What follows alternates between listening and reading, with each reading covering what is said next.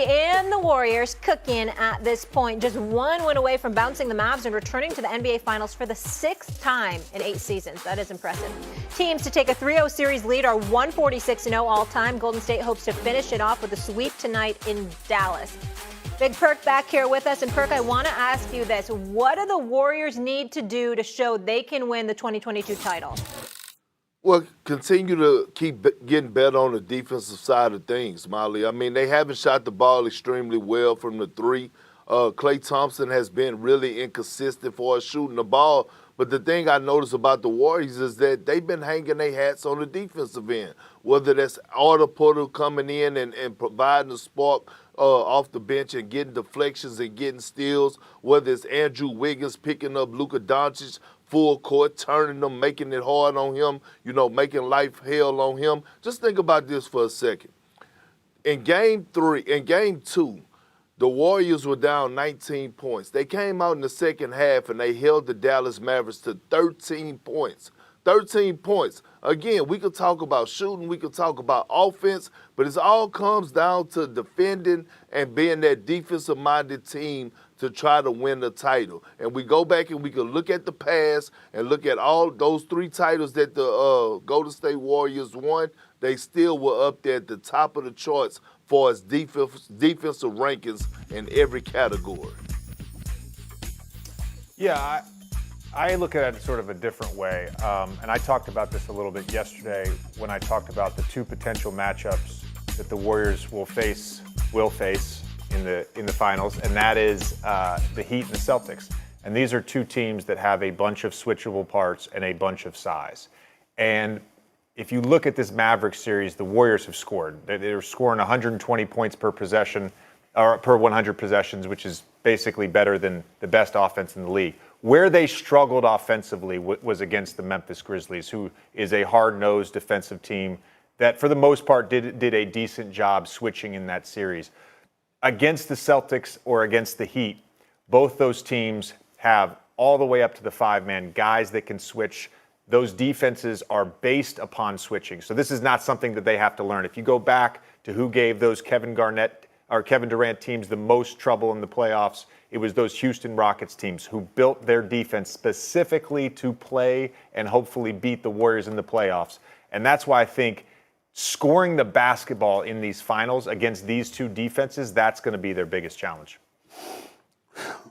I agree with both of you. I agree where Kendrick Perkins is talking about hang your hat on your defense because that's what's gotten you here. And throughout the years when they went to 5 straight NBA finals and they won 3 championships, JJ, a lot of people didn't give enough praise to their defense. As explosive as they were offensively, they were hellacious defensively, and we got to give Steve Kerr a boatload of credit because of what they've been able to do as a defensive unit. But I also get your point about needing to score more offense. Here's the thing for me where I'll crystallize it a little bit more. I'm a Klay Thompson dude. Klay Thompson is one of the greatest shooters the game has ever seen. I think arguably top 3 all time. Klay Thompson in his entire career has never shot in less than 40% from 3-point range. Just like Steph in the season. I'm not talking about the 5 games Steph played during the lockout season. I'm talking about full season. The brothers never shot less than 40% from 3-point range until this year. Klay Thompson came back this year, obviously was struggling to get his groove back, got his groove back a little bit, has had some explosive games, particularly the closeout game is the latest example when they beat the Memphis Grizzlies in 6 games and he dropped 30.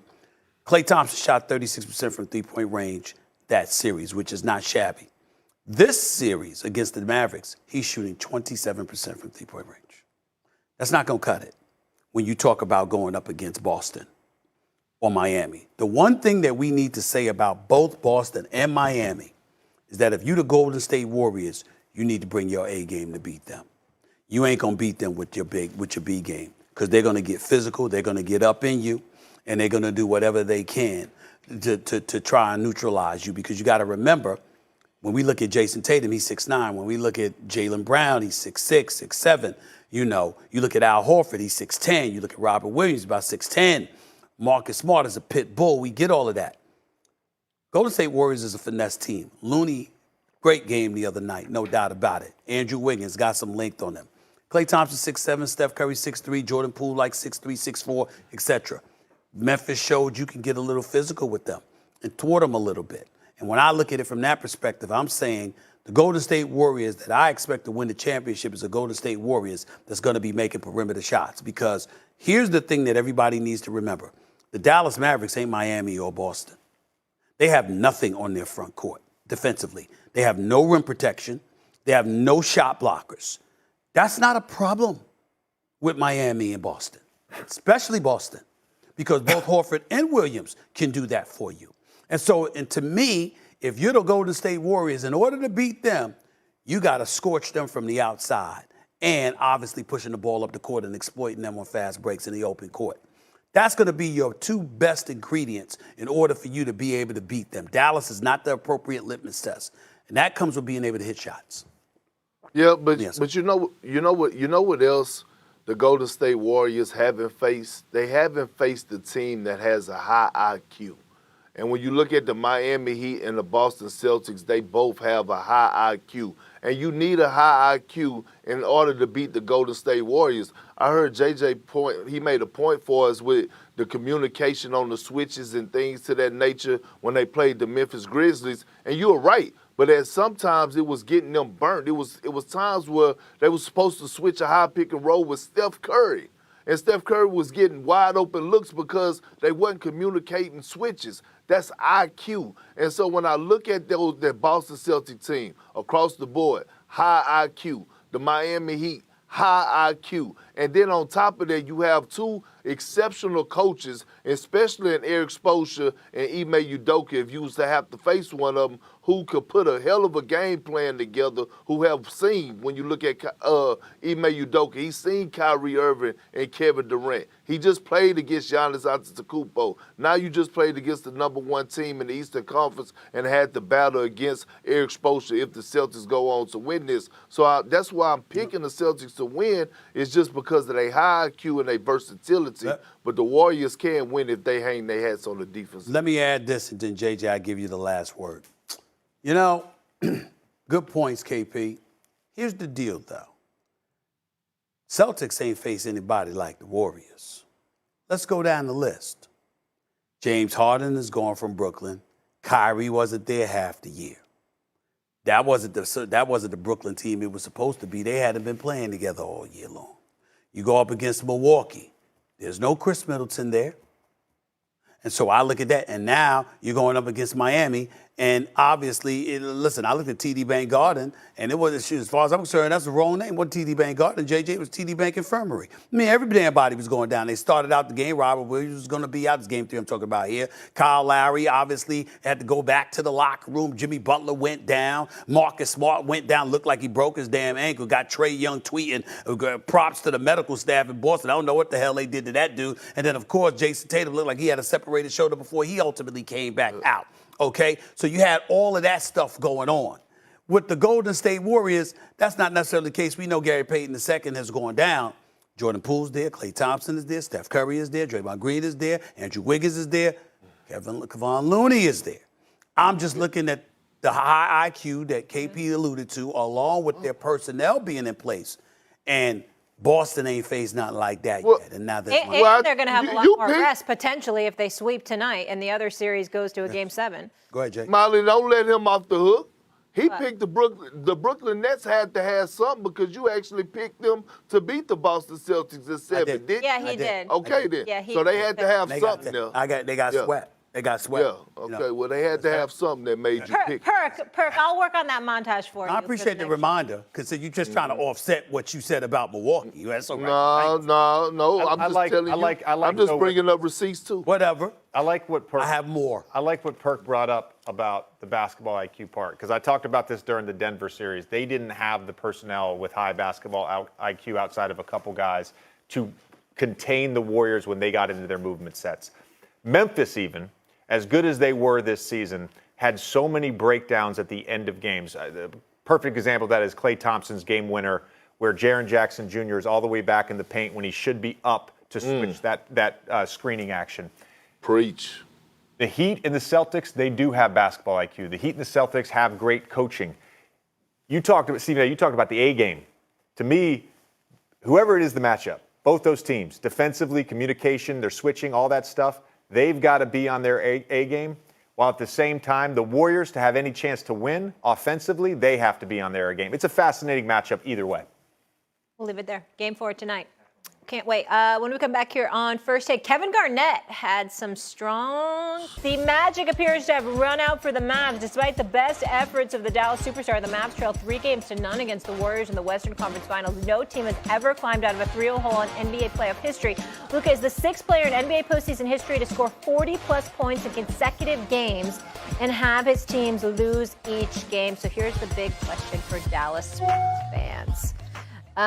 Marcus, where are you? Okay, so we've got Marcus here. Check. Okay, Kendrick Perkins is here. Stephen A.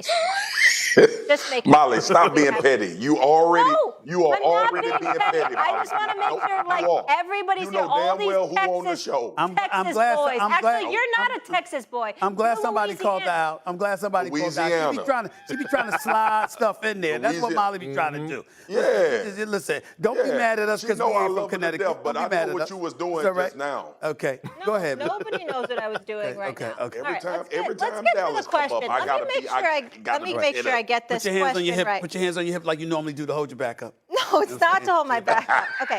Which Dallas teams, get out of here.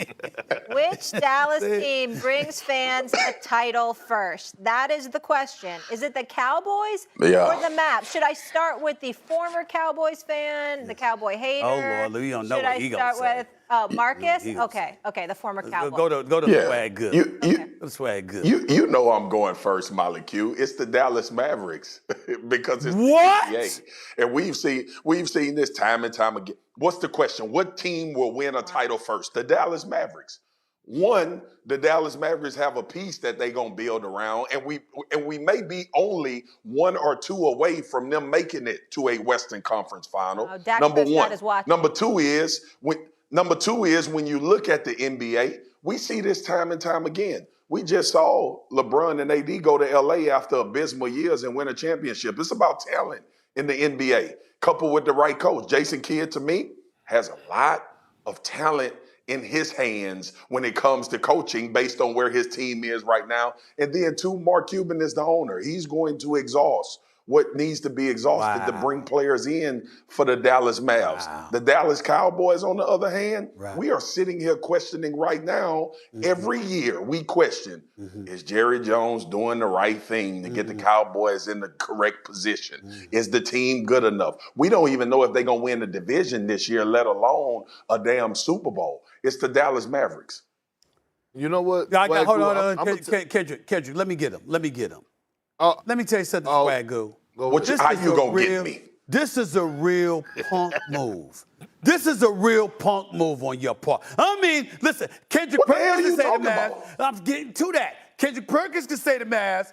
I can say the Mavs. You of all people. I mean, my God, you got to be kidding me. Is Dak Prescott the quarterback of this franchise? I think so, Molly. Correct me if I'm wrong. Sure is.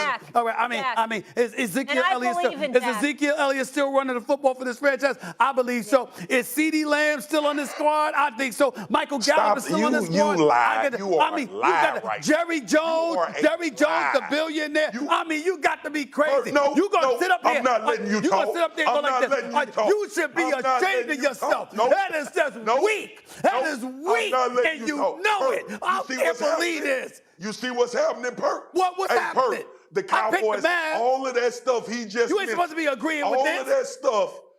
All of that stuff this crazy man just mentioned about the Dallas Cowboys, Perk, ain't they been had that? What have they won? Well, I tried to tell you that. You That's the whole know, point. You be confusing me. You confuse me with Michael Irvin. That's what come be on, happening. man. You be confusing me with Michael Irvin. Listen. That's Well, what Michael be happening. Irvin, I don't look said nothing that like on Michael Super Bowl this year. Time out. You're lying. I can prove it because that suit you're wearing is entirely too calm to be confused with Michael Irvin. No one can be confused with Michael Irvin. That's a one-of-a-kind dude right there. You understand that? And with this tablecloth wear itself. I mean, what tablecloth design is They he do coming be- up they be- with they next? be terrible. You understand that? I mean, he's one of those dudes.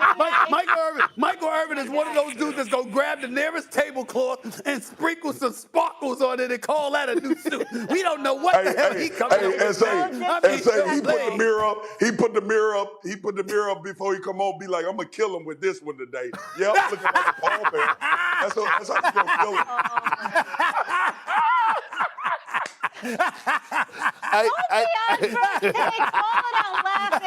At the playmaker. It's true. You catching shrapnel you ain't even supposed to be catching, man. My bad, Mike. Hell no! Don't stop it. Don't apologize. Don't apologize. Hey, listen. I will say this, Swagoo. I will say this, Swag. You might be a little disappointed in me, but I'm a little appalled by you right now. That's right. What you saying is you're telling me that you have lost faith in one of your favorite quarterbacks and what you call, don't you call him Dakota Prescott? Don't you come on here? I watch you every day. I watch you every day. Me and you blew our thing on our pod. I watch you on NFL Live every day. And to me, it's telling me right now, or you telling me you have lost faith in your quarterback, Dak Prescott. That's what you're telling me right now? No. And first of all, since you want to fight nationally, because we be fighting on our podcast and then they go out Which, late by the way, none of you have invited. invited me to yet. But y'all got some. How the hell have I not gotten invited to the podcast? That's another thing. Maybe they need a break from you. Get him, No. Get him. This is what he don't understand. We said before we started our podcast, we said, you know what? We're gonna start off without guests. But our first guest that we're going to bring on was going to be Stephen A. Smith. So just keep a cool booty. We do want to be box office. We do want to be box office. You know We what do. I'm saying? So keep your booty what's clean. up? You know what I'm saying? You call your brother. Call your brother. But go ahead. Let me get back to Perk because he done pissed me off in front of everybody today. Why we got to do this in front of everybody? You know we like to be private with our fights. Okay, one, you cannot say anything about losing confidence. You dropped the Cowboys for the damn Arizona Cardinals. You can't say nothing about and I'm proud the of Cowboys. it. And I'm proud of it. No, you ain't proud of it. Don't say you're proud of it in public. That hurt my living in feelings. Texas. The second thing is, I have not lost faith in Rain Dakota Prescott. You know who I done lost faith in? And I done had a lot of faith that is reasoning for it. It's Jerry Jones.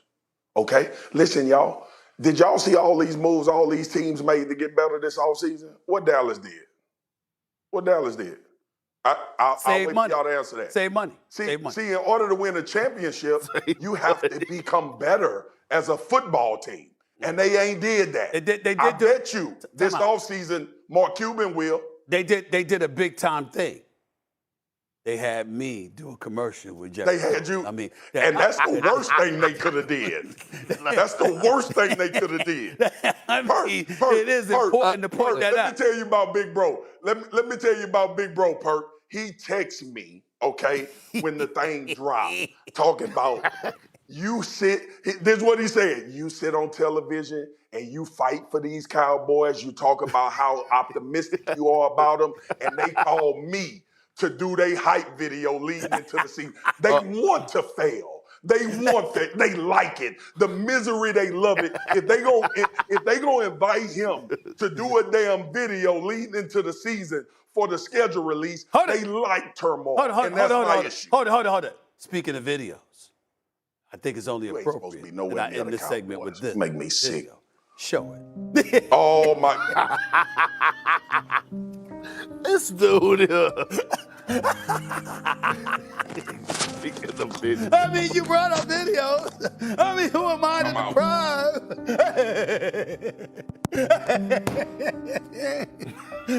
I'll never get tired of this video. It's beautiful. Good. It's beautiful. Molly, That makes look one it of up. us. Look. Molly, I mean, you look like that with that wig on and those glasses, Molly. I mean, you know, you would. Yeah, look at it right there. That's why they call me. Tell me this: what message did the Celtics send with that blowout? Well, to me, they sent the message that they're the team to beat within the Eastern Conference, that the Miami Heat don't have enough. They've got to be fully loaded, 100% healthy to have a chance in this series. I still see this going 7 games. I think that the Boston Celtics ultimately escape with this series in the 7th game win in Miami. I think both teams will protect their home court over the next 2 games. But Miami doesn't appear to have enough. And ladies and gentlemen, let me say this. Miami is the number 1 seed in the Eastern Conference. Their culture, their coach, their executive of basketball operations, Pat Riley, the winner within himself. This is a first-class organization from top to bottom. Last night, their starters put forth one of the most pathetic performances we've ever seen. Ladies and gentlemen, the starting 5 for the Miami Heat scored 18 points. I need people to understand the magnitude of what I just said. The starting 5 of a number 1 seed in the Eastern Conference in the Eastern Conference Finals combined for 18 points. That's just pathetic. Victor Oladipo, your 7th man, coming off the bench to score more than the entire starting 5 is one of the most pathetic displays of offensive basketball we may have ever seen. That's no excuse for it. Obviously, that's not going to happen again because that's an all-time low. That's an all-time low light. Okay, not a highlight, a low light. But in the end, what it comes down to is that it crystallizes this. That's clearly an aberration. It's not going to happen again to Jimmy Butler, Bam Adebayo, Kyle Lowry, and these boys, PJ Tucker and them. It's not going to happen again. But in the end, it says a lot about what they're lacking overall. And I think that, to me, when you ask the question about what do we learn from the Celtics with this blowout win, is that the Celtics have a lot more firepower than the Miami Heat. All things need to be operating on a good cylinder in order for the Miami Heat to win this series. That's what I took. Talk to me. See, that's the thing that gets on when I come on here that makes my skin crawl when it comes down to Stephen A.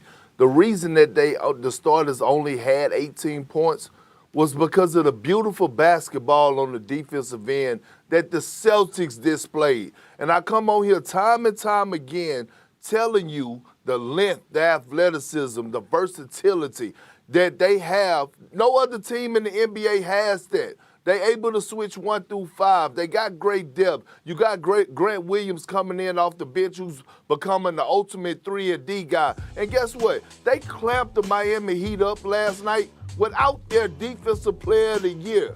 Think about this for a second. And I told JJ this early this morning. The Boston Celtics shot 39% from the field, 23% from 3, and won by 20.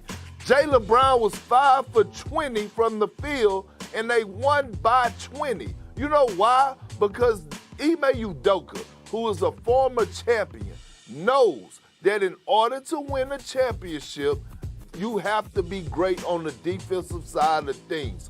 Offense can win you games, but the defense is going to win you championships. And again, I repeat, the Boston Celtics have a championship caliber defense, and that's what happened to the Miami Heat last night. And that's the message that they sent not only to the Heat, but the rest of the league, including the Golden State Warriors. Perk, I think this is a good start of the show for you and I, because we just spent the last 2 hours arguing with each other on Get Up. So I'm glad that I can agree with you on this point. The biggest takeaway for me is that the Boston Celtics can win with their defense. They don't need to play great offensively to beat an elite team. They shot under 40% from the field. They struggled from the three-point line. The biggest difference offensively, if we're going to be honest, between Game 3 and Game 4 was the turnovers. They cut them down by basically 2/3. So that was key. To your point about depth, I think we got a great glimpse into who Robert Williams is on the basketball court, both on the defensive end, as a rebounder, as a shot blocker, as a rim presence, but also offensively. Multiple plays where he's making plays at the rim as a vertical lob threat, offensive rebound putbacks. And if we look at the Celtics as a potential NBA champion, going against the Golden State Warriors, the Warriors right now have the best offensive rating of any team left in the playoffs. During the playoffs, they were 18th in the regular season, but during the playoffs, they are the best offensive team left playing. They are going to have to guard They are going to have to guard the Golden State Warriors in order to win an NBA championship.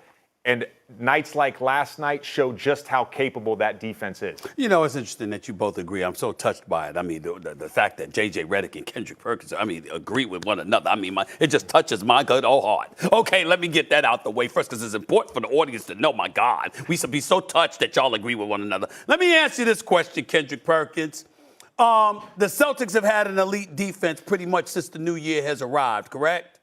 Mm-hmm. They've been one of the top, if not the top defense in the postseason, correct?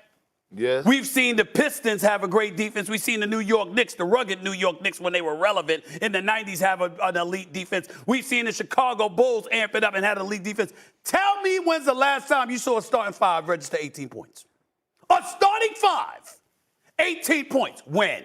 It's actually never happened. That's the fewest points ever Thank you. for a starting five since they that's my started point. tracking this in 1970. Yes, 1970. exactly. See, I knew that, J.J. Hey, Redick. I asked a rhetorical question. Glad I asked a everybody rhetorical reads the question, okay? research back in here. I asked a It's rhetorical fantastic. question. Yeah. Why did I ask that question? Because Kendrick Perkins wants to sit here and talk about their defense. Of course their defense is elite. We knew that coming into the postseason. It doesn't negate the fact that they lost 2 games prior to Game 4, and at no time since 1970, Kendrick Perkins, in case you don't know, that's 52 years, my brother. I know you're young. The bottom line is 52 years. In 52 years since the stat was given out, no starting five has ever scored less. 18 points for all 5 starters combined? There's no excuse for that. You can point to the Boston Celtics defense all you want to, and I know their defense is big time. But that speaks to the anemic play of the Miami Heat more than this. I have a question, Kendrick. How much did they miss Tyler Hero? No, actually, Boston missed Tyler Hero because when Tyler Hero was playing, he was with Boston. He was with us. That's what we used to scream when another opponent was playing like trash. He with us. Listen, actually, they still scream that. They still scream that today to some people. You know that. Yeah, I know. I know. But here's the thing. Molly, JJ, and Stephen A., here's the thing a little detailed thing that I want to point out to you guys. Okay. Robert Williams returning last night allowed Al Horford to get up into Bam Adebayo. It allowed him to take away his comfort zone. It allowed him to pressure up on him. You know why? Because for the simple fact that if he got by Big Al, if he was capable of doing it, he knew that the Time Lord, Robert Williams, was somewhere back there lurking. Robert Williams allowed Jason Tatum and Jaylen Brown and Grant Williams to pressure up on Jimmy Butler and Kyle Lowry, run them off the three-point line, and now they're looking over their shoulder wondering where this guy that's jumping off a pogo stick is coming out of nowhere. And so, Stephen A., when I understand that, but look, P.J. Tucker had 17 points in Game 3. They made an emphasis to close out on him at the three-point line, make him a driver, and when he was driving to the paint, you had Robert Williams jumping above in his floaters and everything else where he couldn't even see the basket. This is what I'm telling you about elite defense. These are the little things that matter, that show up and have an effect when you have a guy like Robert Williams return to a lineup that already have great depth at the wing and power forward position defensively. Okay. To that point, I just want to say, potentially one adjustment for the Miami Heat. Robert Williams started on P.J. Tucker, guarded him a lot of the game as his primary defender. If he's going to roam, you've got to be able to set up plays, sets, environments where you can get Robert Williams in the paint and then kick it out to P.J. Tucker for 3. He only took 4 shots last night. I know he didn't play his normal amount of minutes, but that's something that you can take advantage of. Similar to what the Dallas Mavericks did in the first round against the Utah Jazz with Rudy Gobert. If your rim protector is going to guard a three-point shooter, a corner three-point shooter, like the Jazz did with Gobert on Maxi Kleber, you've got to figure out a way to take advantage of that. See, and that's why the NBA should be ashamed of themselves and everybody who voted for Rudy Gobert during the Defensive Player of the Year award, because Robert Williams is 10 times better than Rudy when it comes to guarding the perimeter. And it's not about who's better. It's not about who's better all the time. It's about who performs. It's about who performs. There's plenty of times where we've seen the best player not win league MVP, for example, because the best player didn't win it because that particular season, based on the system that they were playing in and their value to that particular team, that particular year, that's why they win awards. So that's not to knock. There's no reason to knock Rudy Gobert. In the postseason, they pull him out, force him to defend on the perimeter. They don't do that against him during the regular season. No, but this is what I'm trying to tell you. If you would have let me finish my sentence before you interrupted me, I'm trying to explain to you is that the difference between Robert Williams and Rudy Gobert is that Robert Williams could actually go out there and slide his puppies, Stephen A. And this is why I tell you we getting fooled by the analytics and the eye test. The eye test shows me that Robert Williams could go out there and slide his feet with a P.J. Tucker or a Jimmy Butler for 5 or 6 seconds where he's able enough to contain them and not let them get a three-point shot off or not let them get a shot off, period. Well, what that would mean is that they're getting fooled by the analytics, not the analytics and the eye test. Because you just use the eye test to make your point, not the analytics. That upset JJ. He loves analytics more than any former player I know. This is a whole conversation that Perk and I need to hash out, but we need like a whole hour to do it. About what? Analytics? Bring him on your podcast or go ahead. Wait, hold on. I'm trying to It's very rare that the analytics don't match the eye test. It's very rare. I wouldn't say that. very rare. Well, when he's talking about Rudy Gobert, when he's talking about Rudy Gobert, Rudy Gobert is an elite defender. He guards the whole court. That's his job. He guards the whole court, and they don't have good perimeter defenders. So he's got to do all that, and the strategy against that, because he's got to protect the rim because their defense is getting broken down. Okay, hold on. I just have one question. Two different things, Park. JJ, before we carry on here. Yes. Carry on. Yeah, before we carry on. I know that was good. It was good. They got Perk real good. Just tell me this. I'm curious. How did you get so into analytics, being a former player? Because usually former players aren't into the numbers as much. I'm just curious. Curiosity. That's all it is. Okay. First time I got introduced to analytics was with Stan Van Gundy. My first meeting with him my second year. I'd never heard any of this stuff before. And he breaks down our very first meeting. Here's traditionally what a mid-range shot is worth in the NBA. Here's traditionally what a layup is worth. Here's traditionally what a free throw is worth. Here's what a three is worth. Here's what a corner three is worth. Went through the whole thing, right? Then, the further along I got in my career, all this stuff became available. Synergy, Second Spectrum, NBA.com. It's there, and it's just a reference point, Perk. It's a reference point. You need the eyes. You need the eyes, but the analytics tell part of the story. Hold on, JJ. I'm sitting there. And let me say this to you, JJ Reddick.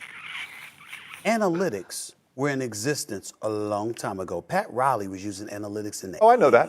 I'm saying that I said the first time I got introduced. There's so many people that act like this analytics is an innovative thing. No, what has happened is that you have people who couldn't play who've made careers off of using analytics. We preach. That's what happened. We preaching. But analytics has been around for a long time. Now, you're the exception because you could play and you use analytics, where most people who use analytics couldn't play a damn. Exactly. And they've made a career for themselves at the expense of others by using numbers, a language that owners could embrace and really adapt to. And as a result, they got jobs at the expense of people who know basketball. But that's a different subject for another day as well. The eye test. That's right. The eye test. Now, you're the exception because you could play and you know analytics. Let me move on here, but that's why I thought you know most analytic dudes are because scrubs. of that point. I just want to make one little point. Former player, that's why I asked you. One little point to him. Yes. Stan Van Gundy, Steve Clifford, both Pat Riley guys. And I love them both. And I love them both. They counted every possession. Molly, I thought you said let's carry on. I did Because Perk is uncomfortable talking about this. That's the reality. That's okay. That's okay. Hey, we ain't got time. JJ, one thing about me, a guy that has played over 150 playoff games, I'm never uncomfortable talking about anything when it comes to basketball. All right, but you're just missing your chain. You're a little out of character right now. Now I'm coming back. No, I like it without the chain. I don't need Mr. T this morning. I need Kendrick Perkins. So we good. Let's go. Let's carry on. Let's carry on. Let's carry the hell on. No one asked your opinion. I was giving it mine. JJ, do you believe Miami can win another game? They can. I don't. You believe they will? No, I don't necessarily think they will. So there's some question marks here, and really it comes down to the Celtics defense being able to stop this version of the Miami offense. And the question marks are Jimmy Butler's health. And I think it's important to note, when you have a lower extremity injury like a swollen knee, there's not a lot you can do on the court in between games. So you're looking at basically 48 hours of doing nothing, then trying to go out and play. You're resting, you're doing ice, you're doing manual therapy, but you're not on a basketball court shooting a basketball. So his ability, his sharpness offensively, that's a question mark for me. Tyler Hero, although he has struggled, he still is a shot creator. You need shot creators. Right. And outside of Tyler Hero, the only guy I saw last night was Victor Oladipo. My third question mark is, can Bam just put together 2 straight aggressive performances? No. I'm not saying he has to have a Game 3 performance every night, but to come out after that Game 3 and be so passive, we've seen this over and over. He's such a talented player. He is. He doesn't use his size and skill set night to night, and I get frustrated by that. Okay. Well, first of all, we appreciate that lengthy explanation when the producers told you we were running out of time. But way to go, JJ, because you take over. This is what you do now. That's fine. I'm good with that, okay? It's all right, though. I love you, bro. I love you. Here's the simple answer to this, JJ Redick. Miami's winning Game 5 because they can't afford to, because they ain't winning Game 6 back in Boston. That's not happening. I got my reservations made already, okay? We ain't interrupting my reservations. They going to win Game 5 Thursday, all right? Oh, it's Wednesday, I'm sorry. Yeah. They going to lose Game 6 back in Boston, and they going to go back to Miami for Sunday for Game 7. The series is going 7 games. The reservations have already been made. Regardless of everything that you just so astutely pointed out, there's one thing you missed. You said it, but you missed it. Bam Adebayo can't put consistent performances together. Well, guess what? He didn't show up last night after showing up in Game 3. That means he'll show up in Game 5. Okay? Then he won't show up in Game 6. And then we'll see what he does in Game 7. Miami's winning Game 5 Wednesday night.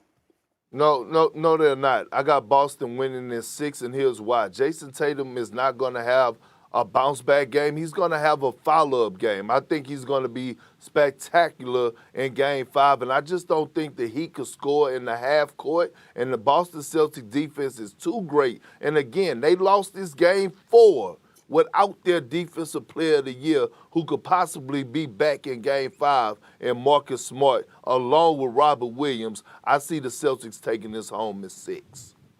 I feel you on that. I just think we'd be remiss in neglecting to remind people that, according to Kendrick Perkins, Boston wasn't even going to be here. He picked them to win the final. God. And then after that, he said Giannis was going to take him out. He said Giannis was going to take him out. That's what he said. He said they weren't going to be here. I mean, you said they weren't.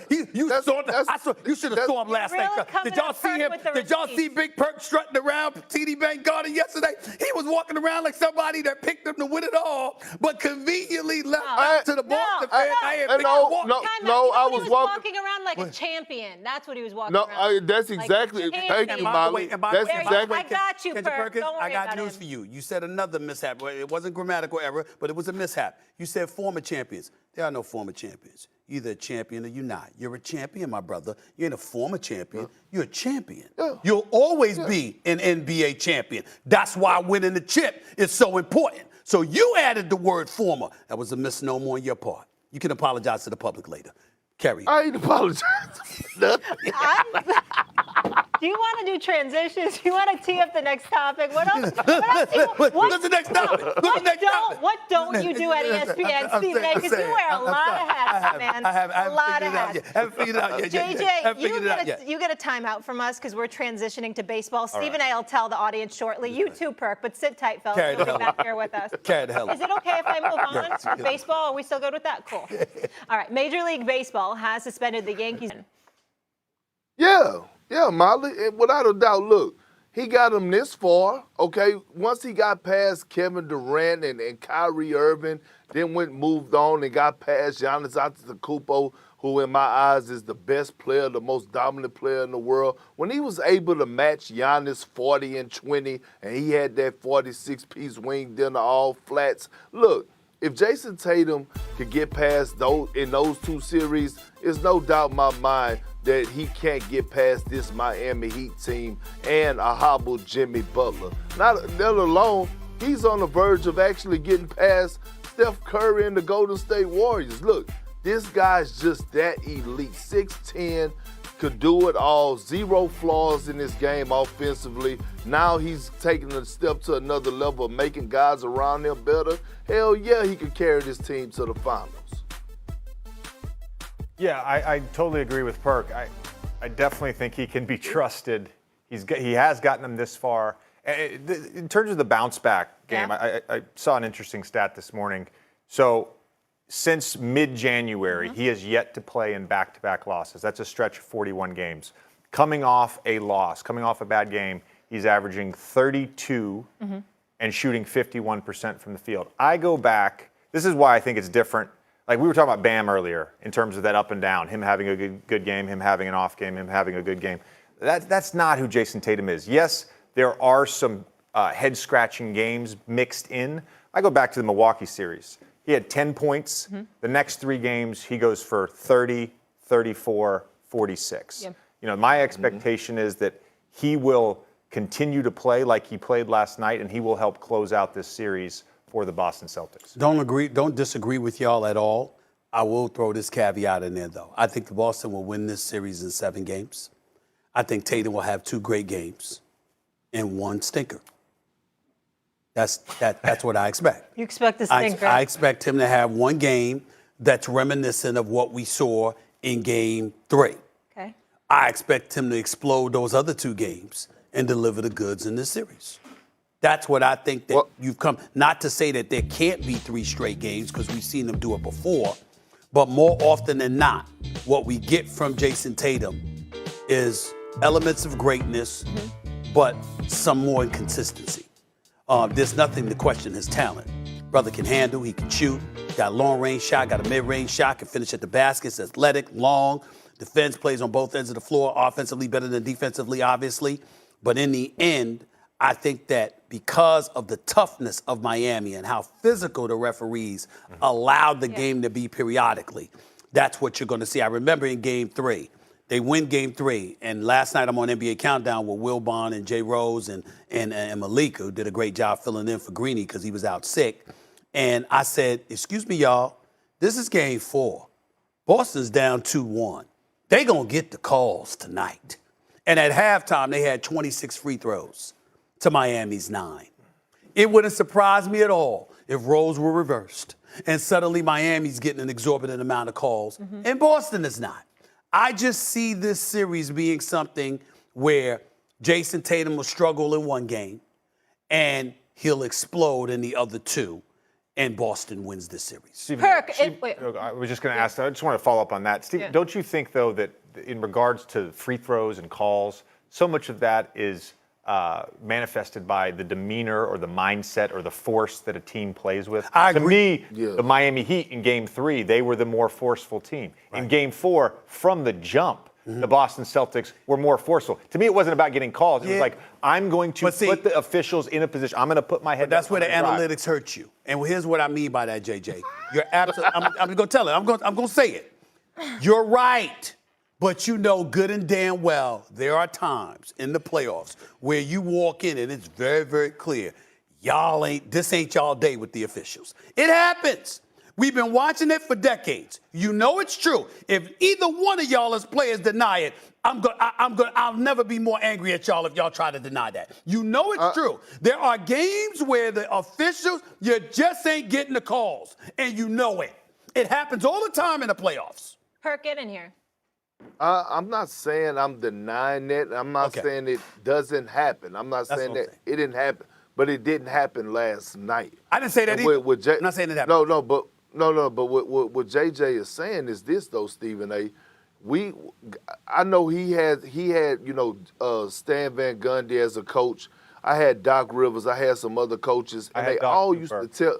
Okay, right. You had Doc too. They all used to tell us, hey, how you establish yourself from the beginning of the game is how the refs are going to call the game for you. If you come in and you become a jump shooting team, and this has been Boston Achilles' heel all season long, especially Jason Tatum. When Jason Tatum comes into the game and he got his head down and he's lowering those wide shoulders and he's going through the chests of people and getting to the basket, he sets the tone. When Jason Tatum comes into the game and he's giving us that bag and he's giving us those sidestep three-point shots and step backs and things to that nature, and then he wonder why in the third and fourth quarter he's not getting calls, it's because he didn't establish his presence from the jump. I thought last night the way he was aggressive and attacking the basket, he established a way that the Celtics were going to play from the jump, and that could play a huge role where it does play a huge role in the way that the officials officiate the game. Y'all both played for Doc Rivers. And obviously you played for a few coaches as well. Okay, both of you have. Stan Van Gundy included and others. Y'all know, this is just a little report over here. I mean, I wasn't talented enough to play on the next level like my two esteemed colleagues here. I just a little old reporter just reporting on the game. But who do you think the coaches come to tell us about the officials? How you got to prepare your team, because this night you ain't going to get these calls. And we knew coming into this game that we weren't going to get our way and it was going to be called this way. And the players got to just, but damn, how many times have coaches caught blisters on their tongue because they had to bite their damn tongue because it wasn't what they wanted to say about the officials, but couldn't because they want to keep their money in their pocket? We all understand from your vantage point, basketball parlance, you're absolutely right. There's nothing to dispute. But we also understand that games get called differently come playoff time from game to game. It's not consistently called for 7 games of a series. We know that. And it ain't going to be consistently called for this series. Watch. Well, just one follow-up point on that, Stephen A., and that's because there's different crews for every game. Right. You have to know going into a game how that official calls the basketball game. Mm-hmm. And I'll give you a great example of this. They talked about it on the broadcast the other night during Game 3 of the Mavs-Warriors series. Draymond is allowed to talk a lot on the court. Mm-hmm. And he had an interaction with Mark Davis early on. Mark doesn't play it. Like, Mark does not play it. He'll give you a little rope, but if you follow up with him, he's going to tee you up. And that's one example, but there are referees. Perk, you know this. There are referees that I knew going into a game. I'm not going to get certain calls on my rip throughs or coming off picks when a guy holds me. Like, I knew that ahead of time. Here's the problem that I have, and I've been waiting to address this. You know what? And this goes for Stephen A. and JJ, okay? When it comes to Draymond, we all have a problem of holding him accountable, except for me. And when I say that, I say that to say this, okay? I'm watching Game 3, I believe it was, when he was having a horrible game. I believe he had 5 points, 5 turnovers, 5 fouls. I believe he fouled out of the game. It was just some crazy things he was doing. He had already picked up 1 technical foul. And I'm watching him, and I'm watching the way that he was addressing and talking to the referee as he picked up his 5th foul from the sideline. And I'm saying, at what point are you going to eject him? And never got an ejection. I mean, he was calling them everything under the sun. And so then I'm waiting, I'm checking the internet to see when is somebody actually go say something to him about his actions or things to that nature. Nobody said a damn word. Turn on the TV, nobody said a damn word. So the thing is this. I done came to the conclusion that Draymond actually got everybody spooked to say something about him. First of all, Tommy, let me address Big Perk. Don't go there. The fact of the matter is, no. The fact of the matter is, some people just don't feel the way you feel. That's number one. No, it ain't not. What are you talking about? Oh, wait a minute. I'm just keeping it real. Ain't nobody scared. Yeah, but you keeping it real. That don't make you keeping it right. The fact Yeah, of the it matter is. the fact of the matter is, ain't nobody scared of Draymond. We just don't happen to believe what you believe. Like, for example, you just brought up how you said he was calling a referee everything under the sun.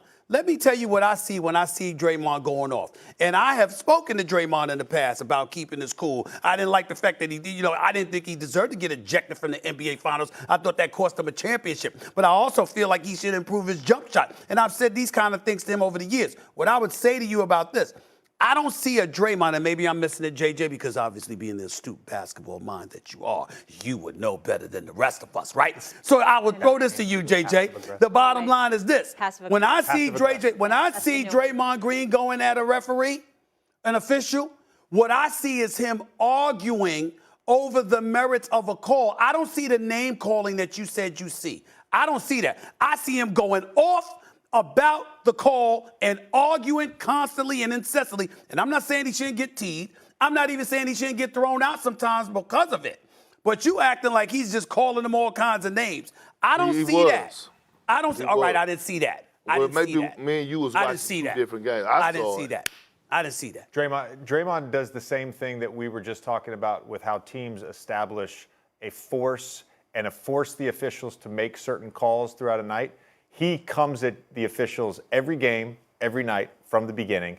And so there's some like leeway there. There's inherent leeway. It's the same thing if you know a player is going to drive or PJ Tucker is going to be physical defense. It's the same thing. You don't do it. They don't keep referee. They don't keep the same. They don't keep the same energy for DeMarcus Cousins. Okay. I didn't watch Cousins get thrown off for way less. All right, Fair Kirk, fact. I wanted to let you get that off your chest. I was supposed to wrap like 5 minutes ago, so let's roll now. When we come back here on First Take, please don't look at me like that, Stephen A. The Warriors could be in the finals for the